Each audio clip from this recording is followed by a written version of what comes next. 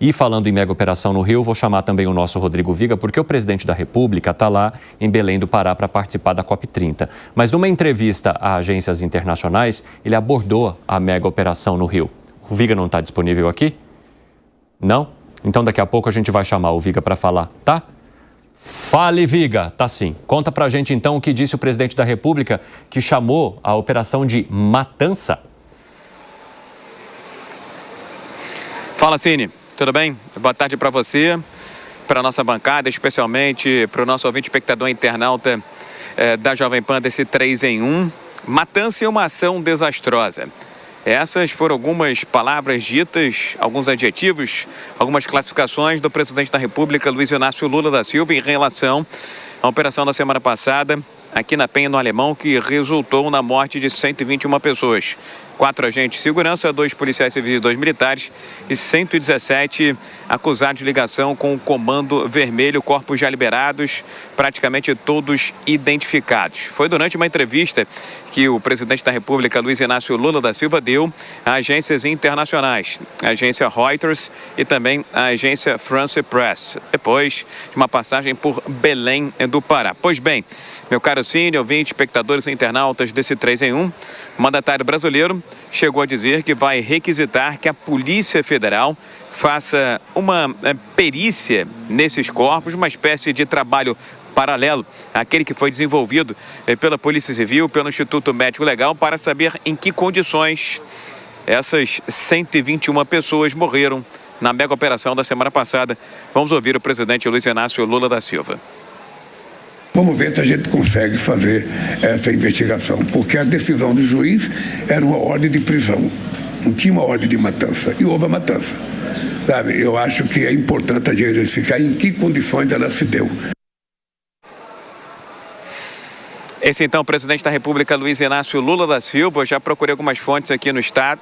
Não repercutiu muito bem essa declaração do mandatário brasileiro, até porque os adjetivos usados por aqui são completamente diferentes. Que a operação foi um sucesso, que praticamente todos tinham ligação com o Comando Vermelho. Dentre esses que já foram identificados, 115 de um total de 117. E quem estava naquela zona de mata na Serra da Misericórdia, na Floresta da Misericórdia, estava pronto para o conflito ou para o confronto, não estava assistindo o sol nascer ou contando nuvens e estrelas no céu. Meu caro Cine, hoje, só para fechar, nós tivemos a primeira reunião daquele escritório, que foi criado na semana passada, emergencial de combate ao crime organizado. Reunião a portas fechadas entre o secretário de Segurança Pública do Estado, Victor Santos, delegado da Polícia Federal, e o secretário nacional de Segurança Pública, ligado ao Ministério da Justiça, Mário Sarrubo. O que a gente pode apurar até agora? Aquelas promessas, arestas aparadas e uma tentativa de uma maior ajuda do governo federal ao governo fluminense. Força Nacional pode vir a patrulhar daqui para frente vias expressas como Avenida Brasil, linha amarela e também linha vermelha. Polícia Federal reforçando Cifra e FICO, que são ferramentas de combate ao crime organizado, e Polícia Rodoviária Federal fazendo aquilo que está previsto no seu estatuto e na Constituição, patrulhando as rodovias federais que cortam o estado do Rio de Janeiro, meu caro Cine. Muito obrigado, Rodrigo Viga. Volte sempre ao nosso 3 em 1, meu amigo. Você é sempre muito bem-vindo por aqui. Eu quero trazer mais uma vez, então, a fala do presidente da República para ouvir os nossos amigos depois. Prestem atenção, tá? Vamos lá. Vamos ver se a gente consegue fazer essa investigação, porque a decisão do juiz era uma ordem de prisão, não tinha uma ordem de matança, e houve a matança. Sabe, eu acho que é importante a gente verificar em que condições ela se deu. Bom, não tinha uma ordem para matança e foi uma matança. E eu estava brincando aqui com eles quando chamei a atenção para que eles prestassem atenção, tá? Eles sempre estão de olho aqui no que rola no nosso 3 em 1. Eu quero saber de você, Alan Gani, o quanto repercute uma fala do presidente da República num evento relevante como a COP30, com várias outras autoridades do mundo todo e também para agências internacionais, numa operação que também ficou reconhecida lá fora por meio da imprensa internacional e que ele chama agora de matança. Qual é a tua análise? Olha, para a comunidade internacional, para este evento, lotado ali de políticos, burocratas, muitos de orientação progressista, talvez pegue bem, porque eles têm aquela ideia que o bandido é vítima da sociedade, nunca é culpado, existe um determinismo social. Agora, para a população aqui no Brasil, pega muito mal. né, para a população de verdade, gente de carne e osso, que convive com o dia a dia do crime, né, inclusive nós aqui, isso pega muito mal. Por quê? Porque, na verdade, o que houve ali, de fato, a polícia foi cumprir um mandado de segurança. Só que quando ela chegou lá, ela foi recebida a balas, ela foi recebida a granadas, a drones. Ela não foi recebida com flores, pode aqui, cumpra o seu mandado de segurança. Pelo contrário, os policiais foram recebidos a chumbo. E aí não há outra maneira, eles têm que reagir. Então foi legítima defesa por parte dos policiais. Ô Piperno, um argumento utilizado por aqueles que defendem essa operação é a quantidade de armas que foram apreendidas, foram mais de 70 fuzis. Ou seja, provavelmente a polícia não conseguiria cumprir esses mandados de maneira tranquila, tendo ali no local em que ela ocupou e etc., mais pessoas empunhando mais de 70 fuzis. Como é que você avalia esses detalhes, também pouco do que foi trazido aqui pelo nosso Alan Gani, e a fala do presidente da República de que foi uma matança? Inicialmente, fuzis em sua maioria made in Santa Bárbara do Oeste, né? Conforme ficamos sabendo agora, e alguns até em Belo Horizonte, né? Afinal de contas, a fábrica de produção desse arsenal criminoso também tinha a sua filial em Minas Gerais.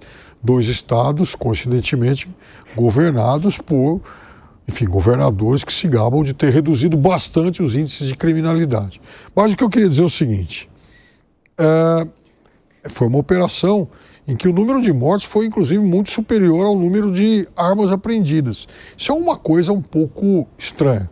De qualquer forma, está muito cedo ainda para um julgamento definitivo a respeito das circunstâncias. É evidente que uma operação que mata mais de 120 pessoas, eu não sei se ela pode ser considerada, de fato, uma operação tão bem sucedida assim.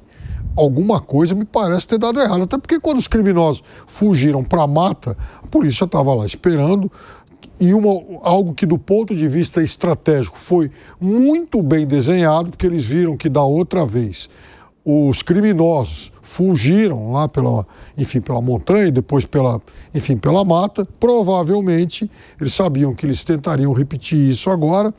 No final da tarde, nós chegamos a ver imagens que nós aqui nesse programa, inclusive, comparamos com aquelas de 2010, só que o que a gente não sabia era exatamente o desfecho, que aqueles criminosos fugindo pela mata, eles acabaram, então, encontrando o cerco policial. Perfeita ação estratégica da polícia em relação a isso. Agora, o que ocorreu quando houve esse choque, nós não sabemos. E é isso, sim, que precisa ser muito bem periciado e investigado. É óbvio que a população que está no morro, ela quer se ver cada vez mais, quer que esses criminosos vão todos para o inferno. É um direito dela, ela está lá vivendo aquilo, no dia a dia. Mas eu acho também que o Brasil é um país que não tem ainda a pena de morte, então por isso é necessário se cumprir a lei. Eu gosto de ver, por exemplo, quando bandidos como Marcola e Fernandinho Beiramar acabem apodrecendo na cadeia. Agora 4h36, quem nos acompanha pela rádio, um rápido intervalo. Daqui a pouco espero vocês. Nas outras plataformas seguimos. Zé Maria Trindade, o Piperno traz aqui várias informações que ainda precisam vir à tona para a gente entender de fato o que aconteceu naquela operação. E a partir disso eu te pergunto, o presidente da República se adiantou em chamar de matança ou, diante do número de pessoas mortas na operação, se trata literalmente de uma matança? Foi uma matança, mas uma matança que os policiais ali julgaram necessárias para se defender. A impressão que eu fiquei, ao contrário do que o Piperno fala, de que cercaram os bandidos, os policiais foram cercados. As imagens são muito claras, né? Não acho que deu errado. Deu errado, a operação deu errado. Os policiais não saíram de casa dispostos a morrer, morreram 4, 2 civis e 2 militares, né? Não saíram assim para morrer. E outros que estão feridos e alguns ainda em estado grave, né? Não saíram para isso, então deu algo errado. Mas a polícia tem que estar preparada para o algo que dá errado. E ali houve uma demonstração clara de que a polícia teve dificuldades. Foram 4 vítimas. Eu não acredito, não existe essa história de que o policial tem que dar a sua vida para a sociedade. A sociedade quer ele vivo, combatendo. E, pelo lado criminoso, o bandido bom não é o bandido morto. O bandido bom é aquele julgado e preso numa penitenciária de segurança máxima nesses casos, né? Então, assim, é evidente que deu errado a operação, porque ninguém saiu com esse objetivo. Mas, no transcurso do cumprimento dos mandados, houve a necessidade até de defesa. Ali, ou os policiais se renderiam, colocariam as mãos para cima, entregariam as armas e seriam massacrados, seriam humilhados, seriam torturados e mortos. Não tinha outra opção. E a polícia mais treinada levou vantagem. O número de fuzis apreendidos menor do que o número de corpos, porque a polícia não tinha segurança para fazer a varredura da área. Logo depois do embate, a polícia não tinha segurança de ir lá recolher corpos e fuzis. Quem recolheu os corpos foi a população. E é evidente que a população que levou para a rua para fazer aquela fotografia não levou os fuzis. Ficaram com os fuzis estão lá. Outros, mais 100 fuzis estão lá.